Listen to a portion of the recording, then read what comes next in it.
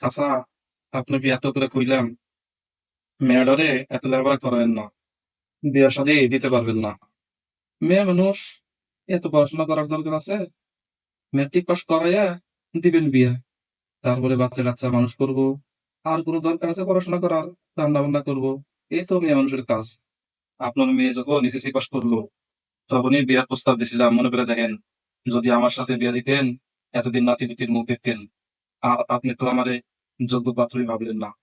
পাত্র হিসাবে চাচা আমি কিন্তু খারাপ ছিলাম না, খালি একটাই দোষ, একটু নেশাপানির অভ্যাস আছে।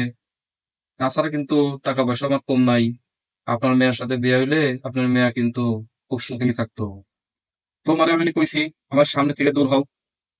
তোমার চেহারা আমি দেখতে চাই না। তোমার মতো বজ্জাত পোলা এই পৃথিবীতে নাই।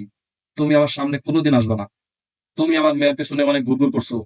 ফারতান, এরপর থেকে আর তুমি এই সমস্ত বাজে কথা বলবা না। আমার মেয়ে এমএ পাস করছে, বিসিএস পরীক্ষাও দিছে। শুনছি পরীক্ষা অনেক ভালো হয়েছে, চাকরিটাও হয়ে যেতে পারে। চাকরিটা পাই গেলে তখন বুঝবা যে মেয়ের পড়ালেখা করে ভুল করছি না কি করছি। তখন তোমাকে মুখে চুনকালি করবো। তোমার মতো দুশ্চরিত্র ছেলের সাথে আমার মেয়ের বিয়া দিয়া আমার মেয়ের জীবনটা নষ্ট করতে চাই নাই। দেখি আপনার মেয়ে কি জজ ব্যারিস্টার হয়।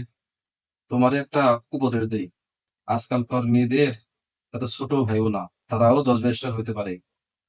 মারে, তুই না বিসিএস ভাইবা পরীক্ষা দিলি, বললি অনেক ভালো পরীক্ষা হয়েছে, এটা হওয়ার সম্ভাবনা আছে।